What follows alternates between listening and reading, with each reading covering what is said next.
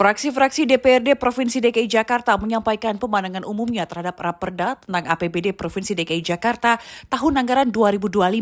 Raperda tentang pendirian Perseroan Terbatas Jakarta Industrial Estate Pulau Gadung, Raperda tentang penyertaan modal daerah Perseroan Terbatas Jakarta Industrial Estate Pulau Gadung, Raperda tentang perubahan atas Peraturan Daerah Nomor 9 Tahun 2018 tentang Perseroan Terbatas MRT Jakarta dalam rapat paripurna Senin 11 November 2024.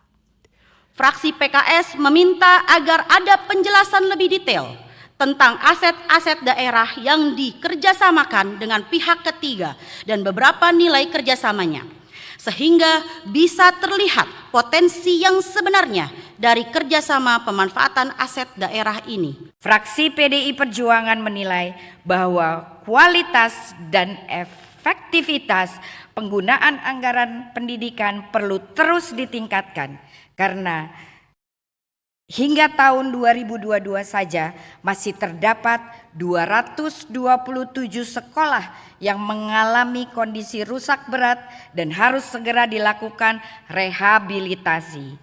Kami mendorong agar rehabilitasi sekolah yang rusak harus cepat dilakukan agar aktivitas belajar murid-murid didik di Jakarta tidak terganggu. Kami juga menyoroti mengenai rencana sekolah swasta gratis. Kami mendukung program ini karena memang masih banyak masyarakat yang kesulitan membayar biaya pendidikan sekolah swasta. Kami juga menolak jika fungsi sosial dari Kartu Jakarta Pintar (KJP) dihilangkan.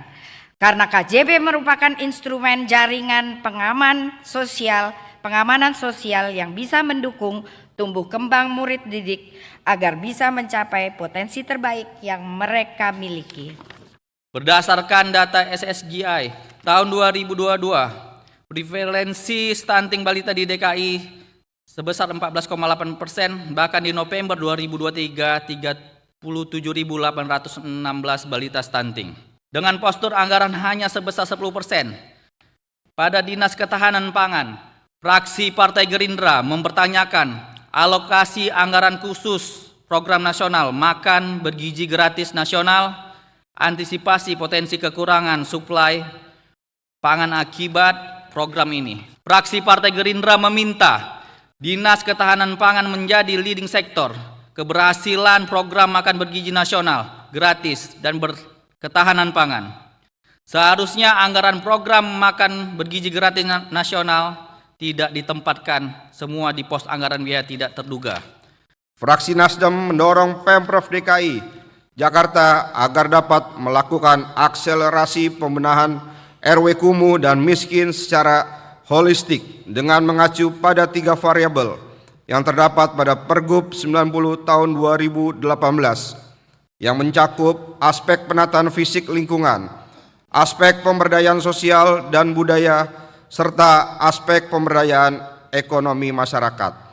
Sebagai kota maju, Jakarta seharusnya menyediakan akses yang luas terhadap pelayanan kesehatan yang berkualitas tinggi dan terjangkau, mulai dari tingkat RT, RW, dan kelurahan.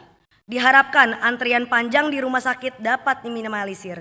Fraksi Golkar juga meminta Dinas Kesehatan untuk meningkatkan fasilitas dan pelayanan di RSUD agar dapat sejajar dengan standar fasilitas dan pelayanan kesehatan di rumah sakit swasta tipe A dan tipe B yang ada di Jakarta.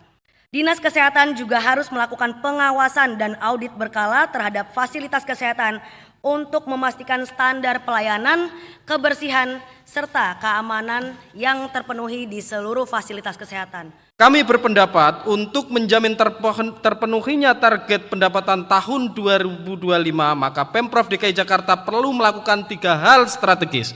Yang pertama, mempertahankan bahkan meningkatkan kinerja sumber-sumber keuangan daerah yang saat ini sudah sangat berjalan dengan baik.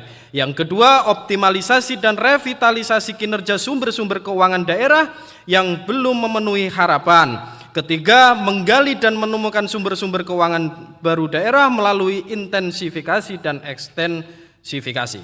Ketiga langkah strategis di atas dalam pandangan kami sangat penting dilakukan khusus terhadap sektor perpajakan yang menjadi pondasi utama pendapatan daerah.